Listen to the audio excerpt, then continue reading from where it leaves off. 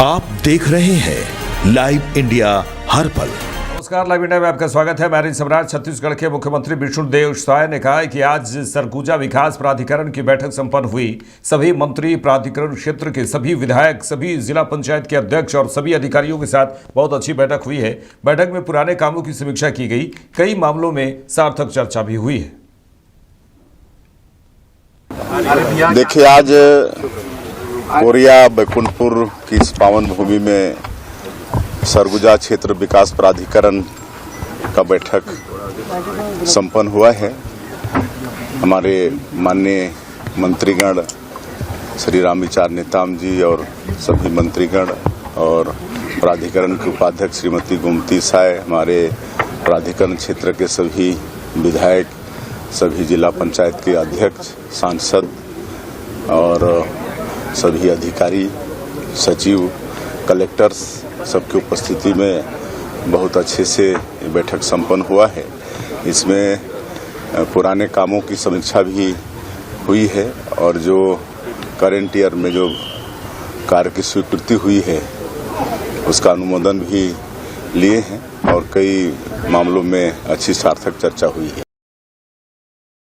उड़ीसा में कानून और व्यवस्था की स्थिति पर बीजेडी प्रमुख और पूर्व मुख्यमंत्री नवीन पटनायक ने कहा कि इस सरकार में कानून और व्यवस्था की हालत बहुत खराब है। पूरे भारत में आपको उड़ीसा को छोड़कर कानून व्यवस्था और हिंसा की ऐसी खबरें कहीं नहीं मिलेगी। I found that the honorable governor's speech was long on words but short on action. What you might say is short on work. All right? You understand that? Sir, incident of mob lynching is on rise in Odisha. So your thought on it across Odisha? I think you've heard me saying time and time again, the law and order situation in this government, the law and order situation in this government is in a dreadful state. Nowhere in our country, in the whole of India, do you get such reports of what is happening in law and order and violence, excepting Bihar सरकार के मंत्री अशोक चौधरी ने कहा है कि आज जब artificial intelligence AI की बात हो रही है और हिंदुस्तान उसमें आगे बढ़ना चाह रहा है तो इसमें खराबी क्या है। AI का ज़माना है। उनको कांग्रेस को सीधे निशाना उन्होंने साधा और कहा है कि कांग्रेस AI को समझ में नहीं आता। AI समझ में नहीं आता कांग्रेस की। जाति जनगणना समझ में नहीं आता है। महिला सशक्तिकरण समझ में नहीं आता है। इसलिए उनका इतना बुरा हाल हो गया है। अगर कांग्रेस पार्टी को AI समझ में आ जाता, कंप्यूटर कौन लाया? कितने लोगों ने विरोध किया? ये कांग्रेस नहीं लाई ना। तो आज जब आर्टिफिशियल इंटेलिजेंस की बात हो रही है और हिंदुस्तान उसमें आगे बढ़ना चाह रहा है, उसमें वो बस मिस नहीं करना चाह रहा है, उसके जितने इन्वेस्टर्स हैं या उसके जितने लोग हैं उन लोगों ने एक्सपो लगाया है भारत सरकार के साथ, तो इसमें खराबी क्या है? AI का जमाना है, इसमें खराबी क्या है? तो इन लोगों को तो यही समझ में नहीं आता है। सिंदूर, ऑपरेशन सिंदूर समझ में नहीं आता है, इनको जातीय गणना समझ में नहीं आता है, इनको क्या नाम है, वुमेन एम्पावरमेंट समझ में नहीं आता है, सोशल जस्टिस समझ में नहीं आता है। इसीलिए तो इतना बुरा हाल हो गया इनका। बिहार में भी केंद्रीय मंत्री गिरिराज सिंह ने कहा है कि खुली सड़कों पर मीट काटना और बेचना प्रतिबंधित किया जाए। राज्य सरकार का यह कदम स्वागत योग्य है। यह प्रदूषण फैलाता है और यह पर्यावरण विरुद्ध है, यह स्वच्छता के विरुद्ध है। यह एक स्वागत योग्य कदम है। देखिए, अगर राज्य सरकार को ये कदम इसलिए उठाना पड़ा और बड़ा सराहनीय कार्यक्रम है, मैं विजय बाबू को धन्यवाद देता हूं कि खुले में मैं मीट को काटना, बेचना ये प्रतिबंधित किया जाए, ये स्वागत योग्य है। मैं डीएम से भी अनुरोध करूंगा, चाहे बेगूसराय के हमारे डीएम हों या कहीं के, इस पर सख्त कार्रवाई करनी चाहिए। ये प्रदूषण फैलाता है, पर्यावरण के विरुद्ध है, ये स्वच्छता के विरुद्ध है। इसलिए इस पर बहुत सराहनीय कार्यक्रम विजय बाबू ने किया। बिहार विधानसभा के नेता प्रतिपक्ष तेजस्वी यादव ने कहा है कि यह बिहार का दुर्भाग्य है कि अचित मुख्यमंत्री मिले हैं, एक कठपुतली मुख्यमंत्री मिले हैं, जहां जनप्रतिनिधियों की नहीं बल्कि भ्रष्ट अधिकारियों की सुनी जाती है। अचेत मुख्यमंत्री मिले हैं, ये बिहार का दुर्भाग्य है। एक कठपुतली मुख्यमंत्री मिले हैं, जहां सरकार में जनप्रतिनिधियों की नहीं बल्कि भ्रष्ट चंद अधिकारियों की सुनी जा रही है। ये अचेत मुख्यमंत्री मिले हैं, ये बिहार का दुर्भाग्य है। एक कठपुतली मुख्यमंत्री मिले हैं, जहां सरकार में जनप्रतिनिधियों की नहीं बल्कि भ्रष्ट चंद अधिकारियों की सुनी। जयपुर में केंद्रीय मंत्री शिवराज सिंह चौहान ने किसानों से बातचीत की। केंद्रीय मंत्री शिवराज सिंह चौहान ने कहा कि अगर कोई किसान अपने खेत पर आता है और उसे लगता है कि उसकी फसल में कोई बीमारी है तो वह कॉल करके पूछ सकता है कि यह दिक्कत है, उसे बीमारी और कौन सी दवाई डालनी है, इसकी जानकारी मिलेगी। अगर वह मार्केट के दाम जानना चाहते हैं तो उसे बताया जाएगा। मौसम की जानकारी, योजनाओं की जानकारी, यह सारी जानकारी भारत विस्तार के जरिए दी जाएगी। VISTAAR उसके द्वारा दी जाएगी। उन्होंने कहा कि जो हमारा AI प्लेटफॉर्म है, सब भाषाओं में जानकारी दी जाएगी। खेत में आके खड़े होकर किसान को अगर लगे कि उसकी फसल में जैसे यहाँ पीली पत्ती दिखाई दे रही, कोई रोग है, तो यहाँ से फ़ोन उठाए और फ़ोन लगाए और वो पूछ ले कि मेरी फसल में इस तरह की पत्तियाँ दिखाई दे रही है, कौन सा रोग है और कौन सा दवाई है जो इस रोग से मुक्त कराएगी। किसान को जवाब मिलेगा। उसको मंडी के भाव पूछना है तो मंडी के भाव, उसको अब मौसम की जानकारी लेना है तो मौसम की जानकारी, उसको योजनाओं के बारे में पूछना है तो योजनाओं की जानकारी। ये सब भारत विस्तार AI जो हमारा प्लेटफॉर्म उससे दी जाएगी। जल्द अपडेट भी होगा अन्य भाषा। हाँ, अपडेट करना बहुत ज़रूरी है क्योंकि अलग भाषा अलग वेश, फिर भी अपना एक देश, क्षेत्रीय भाषाएं हमारी खूबसूरती है। और इसलिए किसान को तमिल हो, तेलुगु हो, कन्नड़ हो, मलयालम हो, बंगाली हो, पंजाबी हो, गुजराती हो, उड़िया हो, मराठी हो, सब भाषाओं में जानकारी मिले तो धीरे धीरे डेवलप करके बाकी भाषाएं भी जोड़ें। केंद्रीय मंत्री अश्विनी वैष्णव ने AI इम्पैक्ट समिट पर कहा कि चाहे वो नेटफ्लिक्स हो, यूट्यूब हो, मेटा हो या X, सभी को भारत के संविधान के दायरे में काम करना होगा। Given that any country which any company which operates must operate within the constitutional framework of the country in which it is operating. So whether it is Netflix or YouTube or Meta or X, they must all operate within the legal framework and the Constitution of India. That's very clear. It has to be, it's a global norm. All multinationals understand this, and this is also a well-established legal position.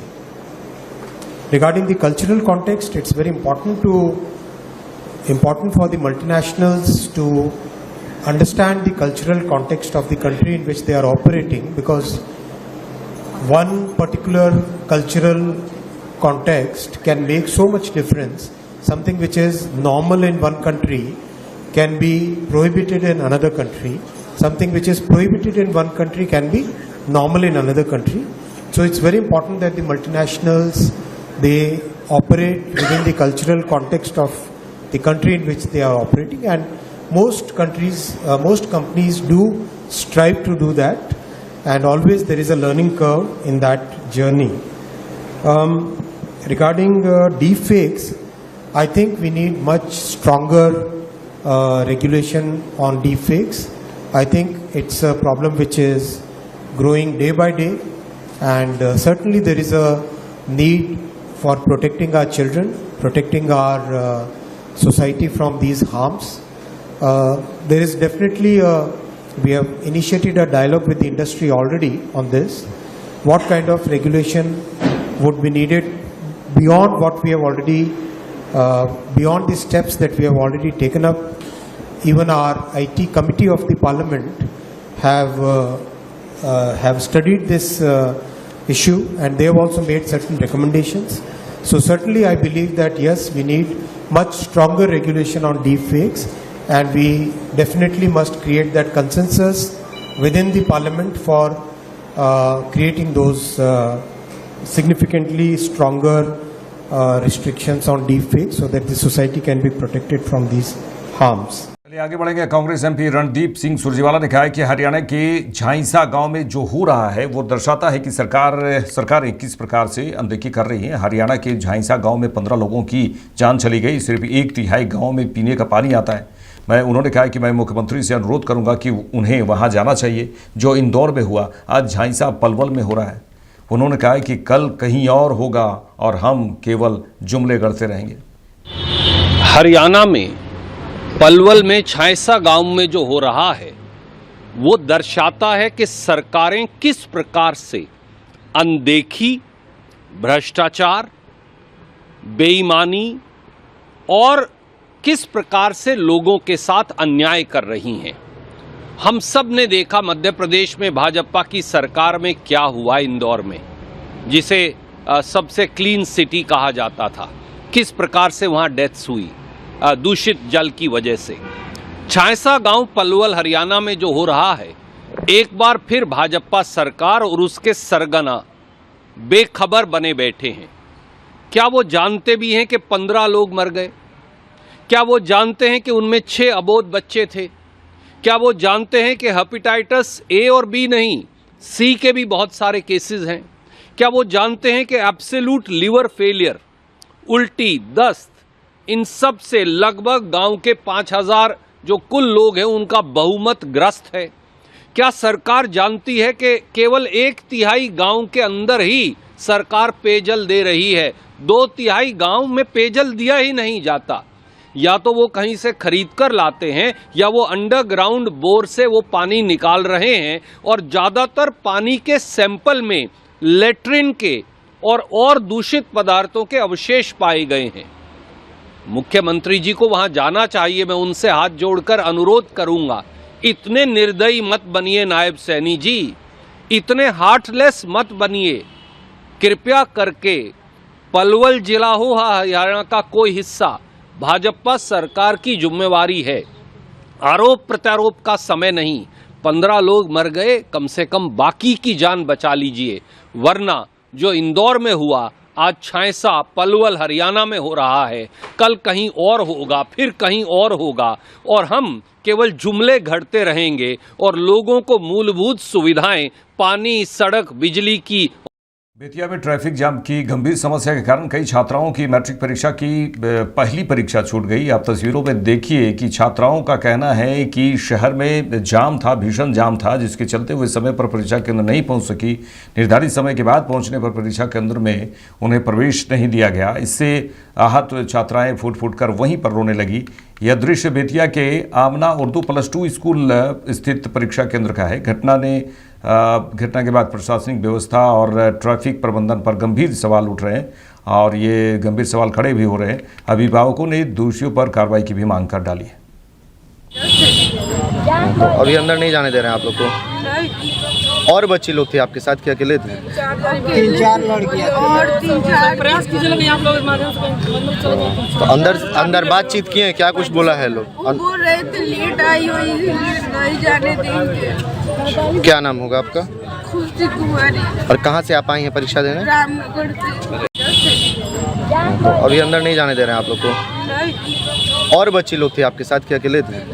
3-4 लड़कियां और 3-4 प्रयास कीजिए आप लोग तो अंदर। महाराजगंज अनुमंडल में कुल 29 परीक्षा केंद्र बनाए गए, जिसमें से एक परीक्षा केंद्र गोरखनाथ ITI बना है। यह गोरखनाथ ITI सावान में स्थित है, जो दरौंदा प्रखंड के अंतर्गत आता है। हुआ यह कि परीक्षा शुरू होते ही अंदर के क्लासरूम का live video Prince Singh ID से बनाकर सोशल मीडिया पर पोस्ट कर दिया गया। देखते ही देखते यह वीडियो चर्चा का विषय बन गया और यह वीडियो प्रशासन के हाथ लगी और प्रशासनिक महकमे में खलबली मची कि आखिर क्लासरूम के अंदर का वीडियो कोई कैसे बनाकर और सोशल मीडिया पर पोस्ट करेगा, जबकि विद्यार्थियों को जूता और मोजा पहनकर के भी जाने की इजाज़त नहीं है। वहीं कोई क्लासरूम के अंदर का वीडियो कैसे पोस्ट कर सकता है, जबकि इलेक्ट्रॉनिक डिवाइस लेकर प्रवेश करना भी वर्जित है। केंद्र अधीक्षक को छोड़कर कोई भी शिक्षक अपना मोबाइल लेकर परीक्षा केंद्र पर नहीं जा रहे हैं। यह कहीं से नियम संगत नहीं है। अब देखिए किस तरह से अब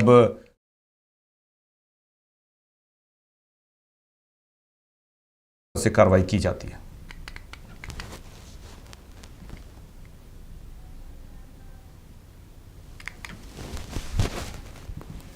चलिए अब बात करेंगे बोकारो के चास की। बोकारो के चास नगर निगम क्षेत्र के महापौर प्रत्याशी जमील अख्तर के सपोर्ट में झारखंड के स्वास्थ्य मंत्री डॉक्टर इरफान अंसारी आज गौस नगर भारा के मदरसा मैदान में आयोजित प्रेस कॉन्फ्रेंस में पत्रकारों से बातचीत की और कहा कि जमील अख्तर को कांग्रेस के प्रत्याशी के रूप में महापौर पद के लिए चुनाव लड़ रहे हैं जमील अख्तर। उन्हें फुल सपोर्ट करने के लिए सभी वार्ड की जनता से अपील है कि साफ सुथरी छवि वाले व्यक्ति जमील अख्तर को विजयी बनाकर चास की सभी वार्ड को प्रगति की ओर अग्रसर करें।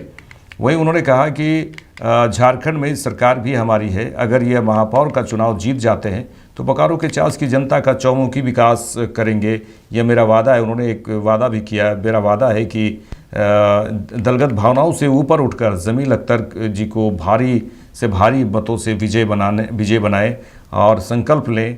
और उन्होंने इसी बात को लेकर मीडिया के सामने कई बातें रखी। मैं आया हूँ नगर के चुनाव में, थोड़ा सा मैं यहाँ का विकास करूँगा। आप लोगों को देखिए आने वाले दिनों में मैं एक घोषणा अभी 27 के बाद दिखेगा, मैं बोकारो को मेडिकल कॉलेज हम आप लोगों को 27 के बाद हम घोषणा करेंगे।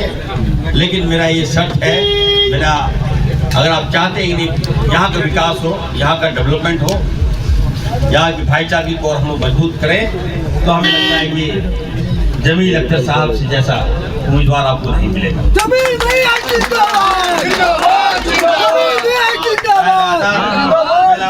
दौरा कर रहा हूँ, धनबाद भी मैं गया था, आज बोकारो आया हूँ, कल हम गिरिडीह में भी थे। एकदम लोग हमारी बात को मान रहे हैं, हमको देखना चाहते हैं, हमको सुनना चाहते हैं, तो सुनने से तो कुछ होगा नहीं। आपको वादा करना होगा आज, अगर इरफान अंसारी आया है तो आप लोग हाथ उठा के वादा कीजिए कि हम लोग एक बार मेयर के जो प्रत्याशी होंगे वो जमील अख्तर जी होंगे। आप लोग हमको वादा कर रहे हैं, जोर से बोलिए, वादा कर रहे हैं। बोकारो का मेयर कौन होगा? मेयर कौन होगा? कितना नंबर? कितना नंबर? कौन छाप? कौन छाप? कौन छाप? बुलेटिन में इतना ही। देश दुनिया के तमाम खबरों के लिए देखते रहिए लाइव इंडिया। नमस्कार।